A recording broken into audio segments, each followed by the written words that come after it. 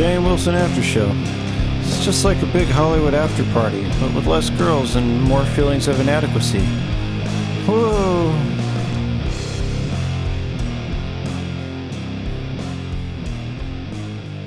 Well, finished an episode with little to There no- you have Prejack in sight. Yes. I almost pre-jacked you at the 30-second mark just to say someone got pre-jacked, you know? What we need to start doing is forcing guests to have topics. Yeah, because we do so well getting guests in as it is. You can't come in unless you have a topic. But I'm going to force Kyle to have a topic right now by asking him. I know you've been playing the updated and prettied out Moreland. Yes, I am. So let's talk about it. I dabbled with Moreland around when it came out. I'd never really played the full game or anything. I just kind of messed with it. But recently it came out is Moreland Overhaul 3.0, which is the final update for it. It basically upgrades Moreland visually into something between Oblivion and Skyrim. A lot of the textures and models are redone, lighting's redone, complete environments are redone. So it actually looks really good. The whole environment's a lot more immersive. They've completely remeshed all the faces, so they actually look like they're living humans and not like, trees or something. But my big fault with it still is just that it's Morrowind, and I hate how much of the combat system is completely based on a dice roll. You can't blocking is completely a dice roll based thing. Whether you hit someone's dice roll, like my character, I was trying to do like a stealth sort of thing. So I walked up behind a person right outside of the first town. Is a small cave, and I stealthed up like right behind them and started just stabbing them with my knife. And I must have stabbed like 20 times and gotten 2 or 3 hits, and then they just set me on fire and killed me in one fell swoop. So I remember when I hadn't played Morrowind for a while, I was playing Oblivion a lot. I was like, oh man, this sucks. I'm gonna play Morrowind. So I pop in Morrowind, and I was like, oh, a rat, let's go kill the rat. So I swing at the rat. I'm like, is this thing taking any damage? I realized I wasn't actually hitting him because despite hitting him, statistically I wasn't. Yeah. I was like, I hate that. I don't think you should have both aiming and a dice roll, one or the other. But like, if you have to go through the effort of like aiming your shot, it should hit. For varying amounts of damage based on your levels and all that sort of thing. But if you aim it, it should hit. Yes. That's how I feel. I don't think overall though, Morrowind is still a fucking awesome game, and back then it didn't get anyone's way. I think I'm not against the whole dice roll plus aiming thing. I think overall. No. I just think that relative to modern ways of doing it, I mean, even what they did with Oblivion was a humongous upgrade, and they basically just copy pasted that into Skyrim as well. Actually, of the three 3D Elder Scrolls, the one that the combat I can get into the most is actually Oblivion. Yeah, I can agree with that. Because for some reason with Skyrim, I can't get the rhythm of combat down. With Oblivion, I'm a block and counterattack fucking master. Don't mess with me. See, in Skyrim, I have to rely on power attacks a lot more. Yeah, with Oblivion, I went with a two-handed warrior type person, great swords and all that. With Skyrim, I went with a stealth archer build, which made the game really intense, and I think it made the game a lot easier. I mean, once you get 100 stealth, you can basically just snipe anyone for an instant kill. I go with a runaway crying build. That's every build on Master Mode. It's ridiculous. I've been playing a new one where I wanted to just go straight up, warrior, archery and sword, and I'm trying to get into dual wielding with it, so I haven't put any points in shields or anything. But man, it's just brutal. I don't know what I'm doing because it's just bad. I've got my conjuration warrior, and he's done a very good job throughout Master. I haven't had too much trouble with him. Mm-hmm. But oh man, this warrior, he's just, I don't know, he just feels squishy. Overall though, is your warrior light armor or is he heavy armor? No, it's heavy.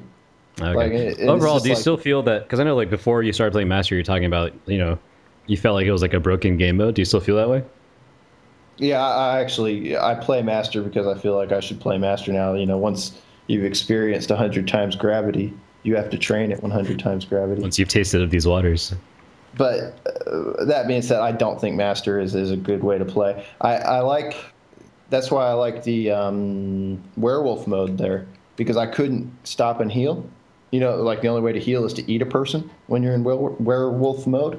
Mm-hmm. Okay, so and you can win a fight. Like getting hit is not necessarily like the end of the game. You know, whereas at least the build I'm doing at the moment, it seems like all I got to do is get clocked once and that's it. You know, so you can play like actively. You know, heal on the fly and that sort of thing. Whereas I feel like in master mode normally you're kind of having to stop and heal too much, and it feels like really game breaking to me. I'd rather it be skin of your teeth and you can't really stop and heal in the middle of a fight. Mm-hmm. You know, and you scrape out just on skill. Instead it's like, oh, I got hit once, time to take, you know, like 15 25 health potions, you know. That hasn't been my experience with Master, though. Like, the only time I run into that kind of problem is when I'm dealing with mages, because on Master, mages just... I mean, on normal, they're already pretty brutal. On Master, they just eat you alive. Yeah. That's the only time I run into that kind of problem. But otherwise, like, you know, as far as you're talking about doing, like, a pure melee type thing, I have one Wood Elf that I haven't played very much, but he's an archery and stealth, you know, melee guy. Light armor. And I think that's the difference, is, like, maybe that you're using heavy armor, because... well, yeah, if you have no blocking, if you're archery, the only way to stealth, survive is not to get hit. you're doing far bigger burst damage at the beginning of the fight. Yeah, but at the beginning, and after that, though, you're almost a sitting duck, which Well, is not if you're light armor. with You can outmaneuver most anything. Yeah, that's what I've been working on. But No, I mean, it just seems like, you know, if you haven't put any points into shields and that sort of stuff, it's like, okay, you see, is everybody in Skyrim a two-handed freaking barbarian? Everybody's like coming at me with meat cleaver, you know, massive freaking axes. It's the land of the Nords, man. But it's like, okay, either I cop it and that's it, you know, I just got smacked out, or I like put my shield up and it's like, oh, arm broken, you know, plus your you know, you shield bash and like all of your stamina's gone. It's just, I don't know. I mean, I'm getting through it. It's not that I can't play it. It's just I don't find it enjoyable. Maybe it's because you put that restraint on you for no magic, though. Yeah, that's the other. And I also put. I don't play with any magic at all, so I never found it to be a problem. I also don't. I don't really enchant or do armor that much. I mean, I have builds where I don't take anything but what I can find on the ground. Mm-hmm. So I mean, there is that. I'm making it harder on myself than I need to. Mm-hmm. But you know, I figured if you're going to go master, you might as well really do it. I don't see the need to put artificial constraints on top of that, because you know the systems are there so that you can really flesh out your character to take on anything.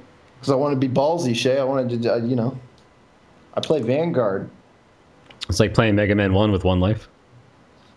No, that's oh god. That's exactly what you're doing. Don't tell me otherwise. I wanted to bring up, since we're still on this topic of games and that sort of stuff. You have any old games that you really wish you could still play? I mean, you're bringing up Dishonored, Rocket and in Knight. a lot of the reviews and stuff I've read, there's people talking about how it's, you know, kind of the new Thief if you're playing in sneak mode, and I miss old school Thief. Yeah, Thief 2 was my first time playing those games. Oh man, they were great. I definitely miss that. I beat the first Thief. I never got around to beating the second one. And the other day I was looking around and I got this sudden wave of just like really wanting to play Roller Coaster Tycoon. Oh yeah. Man, I loved that game when I was like 12. I still have it installed. I have the CD right behind me on my shelf. Does it run? Does it run well and everything? Runs iffy now. It ran fine on Vista. I don't know why it seems kind of clunky with, but. Well, I still got Vista. My computer's old as the hills. I might see about getting it. All I ever did with Roller Coaster Tycoon, though, because, like, you know, I'm not into the building stuff thing. Like, you know, with Minecraft, I have the same problem where I don't care about creating anything. I just keep digging in mine until I find monsters to kill.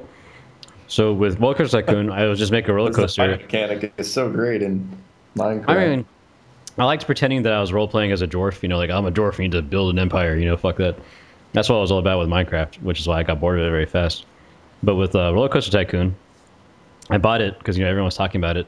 And I probably played it for like 2 days before I gave up on it. Because all I would do, you know, start making roller coasters. Like, wow, this is boring. So then I would just take up off the end of the roller coaster so that people fly off to their death, and that was really fun.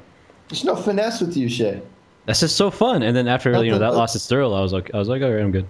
Nothing but melee. That's all you are. It's just melee. Makes me sad. Sorry, I don't have your finesse. Okay, that's why I don't get blogged about. What do you guys feel about one of the big selling points? It seems like with especially with JRPGs is like 100-hour gameplay. Uh huh. You know, like just huge, long games. What do you guys think of that? I love long games. The problem with JRPGs is that most of that is just It's the like same thing. random buffer or just grindiness, or they're really just 20-hour games with a whole lot of fluff. Yeah, and oh man, I can't get through most of them because of that. I mean, like Skyrim, okay, that's a freaking infinite hour game, really, but it keeps you occupied throughout the whole thing. I mean, I my first Skyrim playthrough, I didn't even touch the story quest for the first 100 hours because I was just running around exploring. I mean, they've created a fantastic world to play in. Most JRPGs don't do that. It's literally like you come to a town, but it's more or less linear. Yeah, I remember last gen, PS2 era, when JRPGs really started to take a nosedive. I was talking to my two buddies who were like, they were big Squaresoft fans, Enix fans, all that other stuff. And all they played exclusively at that time was just JRPGs. Oh, I did too. And I would just point out to them relentlessly, like, look, this is why the game you're playing is a waste of your time. Like every single game around that time, like they started really homogenizing storylines and characters. Every main character was like some happy-go-lucky dude with no ill intentions whatsoever, who doesn't even realize, like, oh, is that a boner in my pants when I see the princess? It's like, oh, hey, princess, I want me to hold your hand. It's like, oh, what's wrong with these faggots? They're starting to fix that now. We know Tales of Vesperia. But, in every storyline, it just had the typical really bad Japanese writing that we talked about before. Yeah. How Japanese writing is just like, it's so based on the gimmick of, yeah, we didn't tell you about it or really explain it, or we have no way to back this up, but you have to accept it because we said so, which is how, like, they always do it in JRPGs, which is just, I was like, oh, why? And then, like Kyle said, all these hours of, really redundant mechanics and nothing really new, just for a story that's lackluster no matter what anyone tells you. But yeah, and then we see what happened eventually with this generation. Like Japanese developers are just fucking struggling right now. I think, to be honest, I think if they trimmed it down, like, okay, Mass Effect, okay, you could beat that game in like 25 hours or whatever, and I've replayed it several times, all three games in the series over and over, because they move along quickly enough that you feel like you're progressing and it's interesting and you're ready to go back to it. Whereas 4 playthroughs or whatever is like one playthrough of some of these JRPGs, and you're like, oh my god, I want to find out how it ends, and like you just give up on it because you spend so much time. I'll tell you how it ends. The bad guy wanted to be a god, so he did something stupid and to become a god that involves destroying the world so he can be a god. That's like every JRPG story ever. Yeah, this is pretty true. I'm going to be a god. It's like, oh, you too? Jeez. But since we're on the topic of JRPGs, there is one that I have my eye on, which I guess is technically already out, but not in English yet. Forgive my pronunciation, but Ni no Kuni, Wrath of the White Witch. It's being developed in coordination with Studio Ghibli. Yes. Yeah, it looks great. I haven't heard of this. What is it for? It's going to be for, what is it for? I think it's just PS3 Wii. Is it for the, I thought it was for the Wii as well, no? That might be coming or something. I have no clue. It's on the DS. Like, they have a version on the DS, which is called... So it's going to be a crappy knockoff version, right? It's called Ni no Kuni, the Jet Black Mage. And that was released in 2010. But in 2013, January, we're going to get it in English on PS3, which I don't actually have a PS3. So I haven't heard of these, so tell me about it. Okay, yeah, basically, Ghibli did what, I guess, the universe, the artwork, that sort of thing. So the character designs are all... Yeah, it looks like you're playing through a Studio Ghibli movie. Yeah. Okay. Oh, so it's Miyazaki-style faces and stuff? Yeah, completely. Oh, I'm so down for that. Yeah, it is. It looks good. Level 5 did the game itself, and they're the guys who did Dragon Quest 8. Yeah, Level 5, they're legit, man. They have a good reputation, yeah. Rogue Galaxy. So, it's definitely got my eye. One thing I liked about the Dragon Quest games is that they used, and Chrono Trigger for that matter, is they used Akira Toriyama's character designs. Oh, God. I have some strong negative opinions about him. Same here. Really? You don't like him? He's been riding on the success of Dragon Ball his entire life, and he will never create anything in his career that amounts to that. So he's just resorted to using that same drawing style for everything, and at this point, it just looks really, really bad. Yeah, I'd agree with you about Dragon Ball Z and all that sort of like the entire from start to finish of it sort of thing. But I do like the sort of like the worlds he creates. You know, like something about the the enemy designs and things like that. I'm interested in the sort of I don't necessarily like the whole spiky haired main character thing, but like if you look at the main guy from Dragon Quest VIII, or I know Chrono's got spiky hair, but I just love Chrono so much. But the character designs from that stuff where he goes more detailed, or even if you look at the Dragon Ball artwork, like the cover artwork rather than the actual weekly chapter artwork. Yeah. Where he's actually putting more effort into it and getting detailed. I really like that stuff. And I don't know, something about his sort of the universes he creates I'm into. And I think I'm going to have a very similar reaction with this Wrath of the White Witch game, because it already, just looking at the screenshots I saw, it had a very sort of Dragon Age look to it. So I'm but sorry, you don't like Dragon Age? Dragon Age, Dragon Quest. Have I been saying Dragon Age this whole time?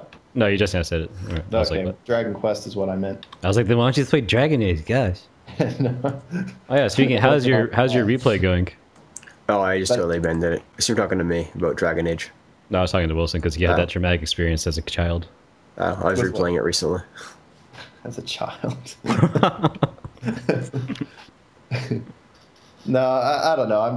It doesn't have the appeal to me that seems to have to everybody else. Well, one thing I forgot to mention is when I was looking up like the wiki for Dishonored and stuff, so I could pretend that I played the game. Just kidding, I actually played it. But first thing on Google is like the Webster stuff. And it's like verb 1 is bring shame or disgrace on, and 2 is violate the chastity of a woman, rape. I was like, really? That's what Dishonored means? Really? Pretty hardcore. Specifically, that's what Dishonored means. It makes me wonder like why the game didn't go in that direction. Because most games don't, Shay. It's just you play a niche market. Actually, what we talked about once? How we're talking about bunny drop and like the whole like idea of like a romantic interest being someone that the main character knew ever since she was a child, and he was an adult while she was a child. Then when she grows up, they become like a romantic interest, and you're like all like against it and stuff. And Dishonored, there's kind of something like that. It seems. Is it the princess girl, whatever her name is? Yeah, possibly, because I don't know how many years the storyline spans over, because at the beginning, he's like the bodyguard for the queen, who like they have a thing kind of going, but it's not like official or anything, and like he's like good friends with the princess. They play hide and seek all the time, and like she asks you at one point like, if you don't marry mommy, can you marry me instead? And it's like I was like, oh, that's adorable. But then the mom dies like very early on. Spoiler alert. It's like the very first cutscene. She gets stabbed in the fucking chest. So I don't know how long the story takes, but I'm hoping when I find the princess, she's grown up and hot and stuff. Okay, but even that's a little bit different than the situation we were talking about with the Usagi drop. He raised her as her father. Same here though. He was like the father figure for her, and he like he's with the family all the time. He's like their protector. He's kind of like he was like her guardian basically. Yeah, well, was he changing her diapers? I don't know. He's been with her since she was like a child. Stuff. Yeah, stuff like that. He's like the father replacement kind of, I guess. Okay, well, if that's the case, then it is weird because I don't know. It's weird. I watch this is kind of gay, but my wife got me to watch Memoirs of a Geisha. Oh yeah. You guys, I haven't seen it, but I just kind of get. It's pretty lame. But it has a similar thing where like the main girl, okay, she meets a guy when she's a kid, and like from then on she's like, oh, if I become a geisha, I can meet him again and all that, and by the end they sort of end up, spoiler for this like 10-year-old movie, but they sort of end up together. Oh dude, okay, I'm down for this. But it's like, I guess he didn't raise her, so it's okay. But even at that, I find it hard to believe. He was nice to her once, and she never met anyone who like, helped her get over that, and someone closer to her age. As far my knowledge of romance is that you don't stay that into one person that you met once. It just does not happen. She didn't stay with him for all those years. She met him one day, and then spent the rest of her life trying to like be around him again. That's cute. It's ridiculous, though. It's kind of creepy. No one does that. Kind of creepy, obsessive. Yeah, it's just weird, and like, and there's every chance he'd have been like, "No, you were a little girl, and I gave you a snow cone. It didn't mean anything. Don't get weird about it, Plus, you're a geisha." That'd be a great line. That's like the Cast Wilson, man. But Every like Moe possibility would be shut down immediately. Grow up. I'm not interested. Hey guys, Wilson here. Mama Karashi says Shay's wasting his time with his internet lives. Like us on Facebook and maybe she'll let him back in the house. See you next time.